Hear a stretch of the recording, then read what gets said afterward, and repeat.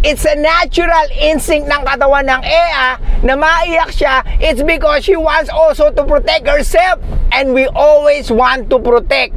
Kaya nga hindi maintindihan ng babae or ng mga babae or ng Ea natin pag sinabi natin, wag mong isuot yan, wag kang mag-post nito, ayoko may tropa kang lalaki.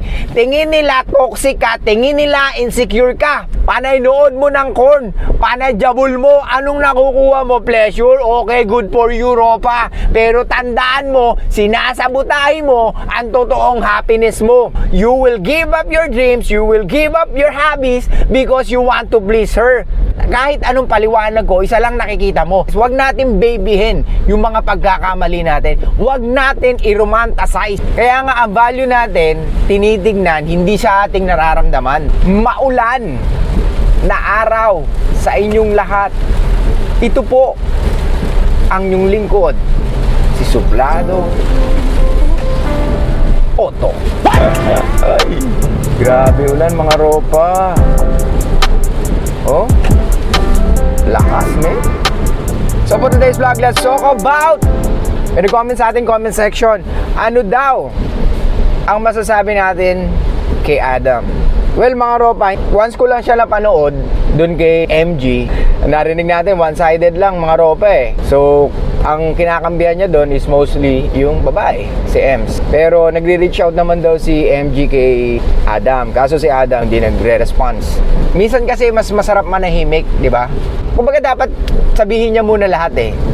Kung ako nasa situation, uy putang ina mo. Shit. Uy putang ina mo. What's that, bro? What the fuck, man? Grabe yun, ha? Kakainom ko lang ng kape kasi. Anyway, kung ako rin nasa katayuan ni Adam, hindi rin ako kaagad basta-basta magsasalita. I will let my ex-girlfriend to talk. Gusto ko talaga siya yung mas maraming masabi. And then, tsaka ko siya ika-counter. Kasi mahirap yung ikaw yung una magsasalita. Kasi, eto, mga ropa, bilang lalaki, di ba, we don't talk much hanggang maaari. Para sa atin, mo na yan. I think nasabi ko na to sa ano natin, sa mga ibang content natin. Let's say sa basketball court, may isang magaling, tinatrash to ka or dayo kayo sa sa ibang barangay, tatrash talking ka kahit yung mga fans or kahit yung mga nanonood, tinatrash to ka. So, anong mas maganda gawin? Wala, di ba? Kumbaga hindi ka sumasagot. Kasi bakit ka sasagot? For what? Kasi parang tinitrigger mo lang din yung emotions nila eh. Tinitrigger mo lang din sila na parang mas magalit sila sa'yo. Kaya dapat quiet ka na lang. And especially pag lalaki sa lalaki, we know what can happen next pag hindi tayo tumahimik. Kasi we know the concept of violence compared to women na wala silang pakialam because they never know how to be a fucking man. Diba? Kung alam nila kung paano maging lalaki, pag nasa labas ka, you just be quiet and don't talk much kasi hindi mo alam kung sino yung pwede mong niloloko or binubuli. Kaya nga kahit bully ka, natural bully ka, hindi mo agad bubulihin ng isang tao eh. Uunti-untiin mo, asarin mo, nandyan yung bibiruin mo, hanggang sa pag nakita mo hindi pumapalag, aabusuhin mo. Ganun ang mga bully, mga ropa. Kasi una muna, konti-konti muna. Kumbaga sa babae na gusto mong diskartehan or gusto mong i-date, testingin mo muna. Kaya nga maling-mali na magiging direct ka sa isang babae. Iba yung gusto mong maging direct na gusto mo agad may mangyari. Iba rin yung direct na hihingin mo yung social media niya, and then doon kayo mag-uusap. Pwede yun. Pero kung magiging direct ka, nasasabihin mo, type kita, gusto kita, I don't think you have a chance na pumayag yung talaga gusto mo ko? Sige, date mo ba ako? Walang ganun mga ropa. Kaya nga being direct, nasa lugar yan. Kaya pwede maging direct every time. Gets? But anyway, kung sino yung gusto nyo pakinggan, sa inyo naman yan. Kung nag-work sa inyo, then good. Anyway, balik tayo mga ropa. So Adam, ako honestly hindi ko na subaybay yung relationship nila. Basta napanood ko lang siya once kay MG and then that's it. Pero kung makikita nyo nga, like I said, it's one-sided. Laging nasa yan, laging nasa side ng mga babae yan. Even the law, the government, di ba? Kasi nga, they think na laging lugi ang babae. What? Despite na nag-iiba na yung panahon ngayon na may power na sila, malakas ang kapangyarihan ng mga EA because of the feminism, pero nakikita pa rin nila na ang mga babae is parang lugi pa rin or parang walang laban. Physically, yes, for sure. Kahit saan mo tignan. Kaya nga sa gera, they never recruit women eh. What? Kung meron man, nasa office. Kaya nga yung first line of defense, karamihan lalaki.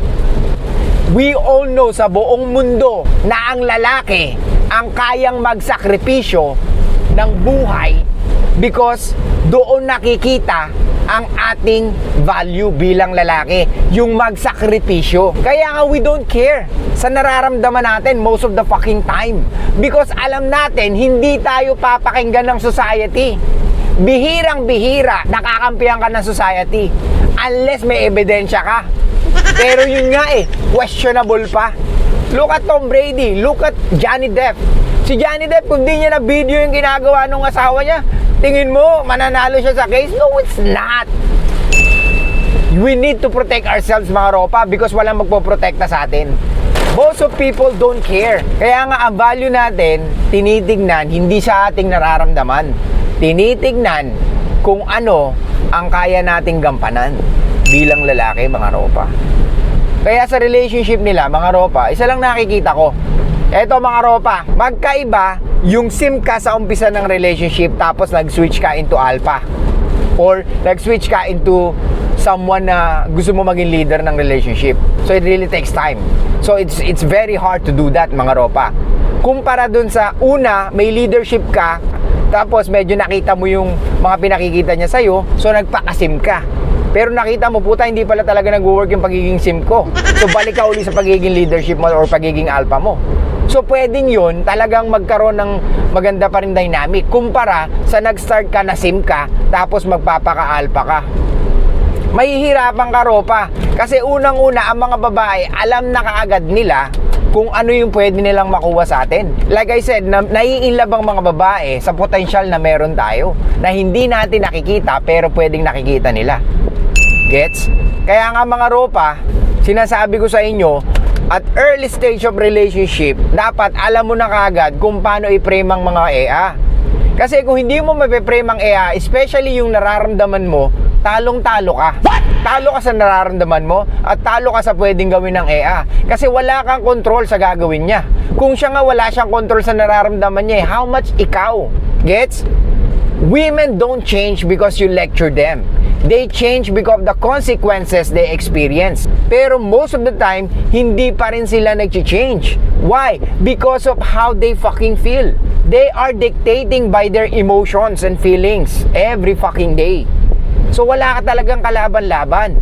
Kaya tayong bilang mga lalaki, we need to be fucking stoic, we need to be fucking leader, and we need to be a fucking dominant and superior pagdating sa relasyon.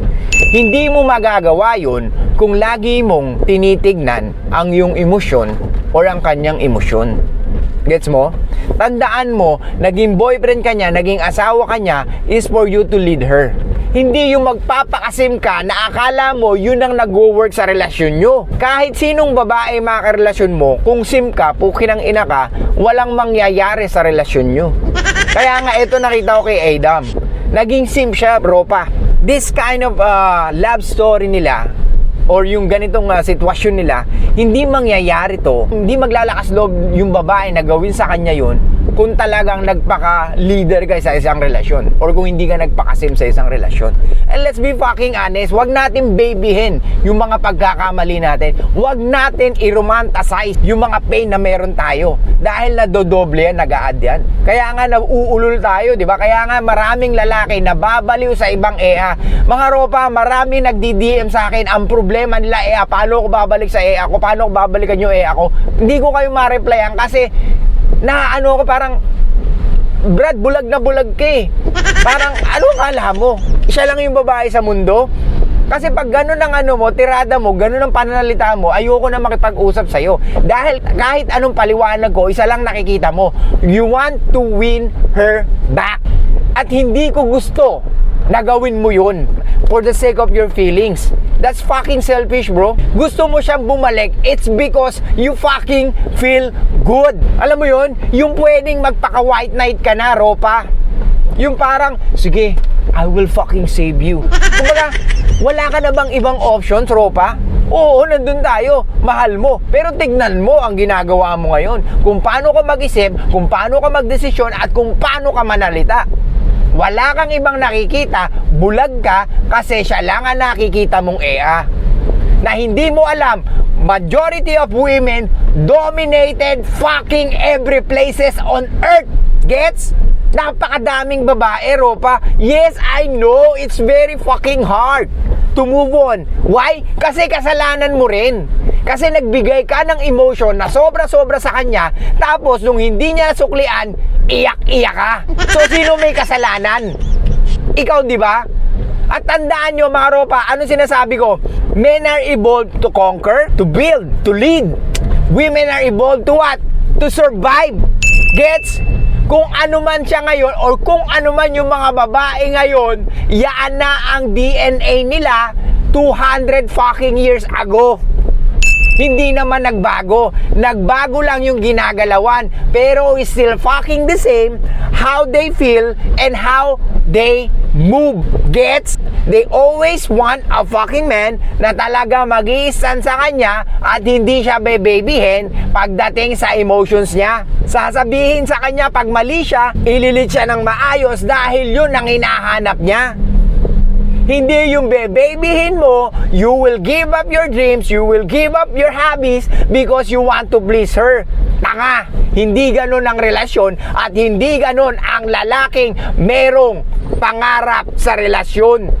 Kung pangarap mo maging fruitful yung relationship nyo, then umpisahan mo sa sarili mo. Maging disiplinado ka sa pagkain mo, sa pag-workout mo, at lalo-lalo na sa panunood mo ng corn, ina ka. Panay nood mo ng corn, panay jabul mo, anong nakukuha mo? Pleasure? Okay, good for you, Ropa. Pero tandaan mo, sinasabotahin mo ang totoong happiness mo. Lahat ng lalaki na madalas manood ng corn, emotional kayo. That's the fucking truth. Emotional ka kasi nakokontrol ka ng urge mo. At hindi lang yon, nakokontrol ka ng sexing babae. At hindi lang yon, hindi ka lang nakokontrol kundi nagiging addict ka pa. Ina ka. Mga Ropa, gumising kayo. Anong petsa na? Ikaw ilang taong ka na, ina ka? Baka nasa 30 anyos ka na mahigit, corn ka pa ng corn, ina mo? Gumising ka. Tsaka ano ba mga pinakikinggan nyo? Pwede bang itigil nyo yung mga pinapanood nyo na masyadong natitrigger yung emotions nyo? Pwede bang panoorin nyo yung mga kung paano disiplinahin, kung paano mas maging stoic, kung paano mas maging malupit na lalaki? Hindi yung puki ng inang yan, pinapanood mo, vlogger na babae, anong ine-expect mo? Tuturuan ka niya maging lalaki? Walang ganon. Walang babae na tuturuan ka magpakalalaki. Dahil unang-una, hindi nila alam kung paano maging lalaki. Gets? Hindi nila alam kung ano yung struggle natin everyday. Hindi nila alam kung ano yung pinagdadaanan natin everyday. Hindi nila alam kung paano tayo mag-isip. Gets? We always want to produce. We always want to give. We always want to provide. And we always want to protect. Kaya nga hindi maintindihan ng babae or ng mga babae or ng EA natin pag sinabi natin, wag mong isuot yan, wag kang mag-post nito, ayoko may tropa kang lalaki. Tingin nila toxic ka, tingin nila insecure ka. Pero ang totoo, you just want to protect her and the fucking relationship na meron ka sa kanya. Kasi alam natin, pag hindi mo pinrotektahan yun, mawawala ka sa buhay niya. Pero gusto ko lang malaman nyo mga Ropa, dapat handa kayong mawala sa buhay ng EA at handa kayong iwanan ng EA kung tingin nyo wala na rin namang kwenta ang relasyon nyo kung matagal na at hindi naman nagwo-work na. Gets? So mga Ropa, balik tayo. Adam and Ems, wala tayong pakialam sa kanila, pero dapat matuto tayo sa mga nangyari sa kanila. Okay? Tandaan mo, uulitin ko, women evolved to survive. Okay? Do you think they are really a liar or manipulator? No, it's not. That's fucking nature. Because they want to fucking survive. Kaya nga, kung maiintindihan mo, why women are not accountable? Bakit kahit anong mangyari, hindi sila umaamin or hindi nila aamining mali sila? At binabaliktad pa nila yung mga boyfriend nila. Why? Because they want to fucking survive. Gets? They want to survive the situation na meron sila. At hindi nila yung kaya emotionally, mentally. That's why yung natural thinking nila or yung instinct nila magpupol lagi sa pwedeng itwist niya yung sinasabi niya para maniwala ka at mag-survive siya sa sitwasyon na ayaw niya. Gets? So expect mo talagang magsisinungaling ang EA, pa. Kaya nga nasa desisyon mo kung paano mo siya tatanggapin bilang EA mo. Women always lie, pa. Kaya gumising kayo. Napakaswerte nyo kung meron kayong EA-ang matapat. Ibig sabihin, alam niyang ginagawa niya. Pero majority ng EA, mostly coming from their emotions. Kaya huwag kang magtaka, bakit siya nagbubura ng message? Bakit bigla siya nagsinungaling sa akin? Bakit iniba niya yung statement niya? Bakit ganito? Bakit ganyan? Bakit mas naniniwala siya sa mga kaibigan niya? Kasi nga she wants to survive! Hindi niya kaya marinig mentally, emotionally, or hindi niya kayang tanggapin yung katotohanan na eto na yung realidad. Oh shit, I made a mistake. I cheated on him. Hindi ko alam. So anong gagawin niya? She will fucking change yung situation na kasi ganito, kasi ganyan, kasi dahil sa'yo kaya, pokin ang ina. Magugulat ka, ako pa pala? Ako pa pala yung may mali? After all, nailid ko yung relasyon natin, na binigay ko yung mga bagay na gusto mo, na binigay ko yung nararapat, yung mga pagpaparinig mo, yung mga hint mo sa akin, binigay ko. Talagang ginawang ko ng paraan para sa'yo. Tapos eto pa makukuha ko, kasi nga hindi sila ganun, pa. Women always test us. Tinitingnan niya kung paano ka bibigay emotionally. Kaya nga hindi sila mananalo sa atin physically, pero hindi tayo mananalo sa kanila emotionally. Gets? Kung makikita nyo interview ni Ems kay MG, every time na magsasalita siya, umiiyak siya. Kahit na wala namang, kumbaga hindi naman emotional yung sinasabi niya, pero kailangan niyang gawin yun. Di ba? It's a natural instinct ng katawan ng EA na maiyak siya. It's because she wants also to protect herself. Gets? Kasi nga na-expose na siya. Kaya huwag kayong magtaka kung ang EA, magugulat ka, napakasinungaling niya. Because ang totoo, she just want to protect herself. Get? Kaya nga nasa sa atin ang desisyon bandang huli. Ibibigay mo ba yung relasyon na gusto niya? Or makikipaghiwalay ka na lang kasi alam mong walang pupuntahan yung gusto mong relasyon para sa kanya. Kaya nga nakipaghiwalay si Adam sa kanya, di ba? Because na-realize niya, oh my God, kailangan ko nang gumising sa katotohanan. Buti naman yun, tama lang yun. Adam, puta tama yun, pa. Buti naman nagising ka sa katotohanan. I'm not saying na she's very bad person. Okay? Tama lang yung kasi pinakinggan mo yung pagiging natural mong lalaki. Naging matalino ka sa pagpili ng EA. I'm not saying na she's fucked up or she's damaged. No, it's not. May mga babae talagang hindi akma sa pagkatao nating mga lalaki. Kaya iwanan nyo na kung alam nyong hindi makakatulong sa inyo, pa. Imagine po to, after 5 years to 10 years, ito bang babae na to nakikita ko na talaga makakatulong sa akin bilang magiging asawa ko? O laging pasasakitin ng ulo ko? Oo, sexy, malaki puwet, malaki dede, maganda, puta, hat. Kinaiinggitan ako ng mga tropa ko. Pero pukin ng ina, hindi nila alam. Pag magkasama na kami, hirap na hirap ang kalooban ko dahil sa ugali ng babae na to. Pakawalan mo pag ganon, pa. Kaya nga sinasabi ko sa inyo, ang next content natin about sa dating na sinasabi nung isang ropa natin na i-content naman daw natin yung mga body na babae na talagang gusto lang makipag-date just because of the free meal. Kasi nga kasalanan natin, kasi yun ang ino-offer natin sa kanila. Di ba? Libreng ride, libreng hatid, libreng sundo, libreng pagkain. Pukin ang inang yan. Boyfriend ba, binibigay nyo kahit wala naman siyang binibigay. Pukin ang ina. Tas alam nyo pa na nakikipag-message siya kung kani-kanino, pero patuloy mo siyang kinikita kasi meron ka nakukuha at napipil good ka, ina ka. Tapos magre-reklamo ka na bakit ganun ang mga EA. Kasi nga inalaw mo, tanga. Anyway, next na natin pag-usapan yun. Balik tayo uli. Adam and Ems, mga ropa, sana matuto kayo sa relasyon na to. At early stage of relationship, please lang, i-frame nyo yung EA nyo na dapat ganito, na dapat ganyan. Okay? Hindi ko sinasabing maging perfecto tayo na bilang leader sa relationship. Pero tandaan mo, bilang lalaki, mas tiwala sila sa atin pagdating sa pagdedesisyon kesa sa pagdating sa mas tiwala ang EA sa atin pagdating sa dating sa pagdidesisyon kesa sa pagdidesisyon nila. Nabubulok. So yun lang guys, thank you so much. I'll see you guys next time. And bye-bye. Show love and peace out.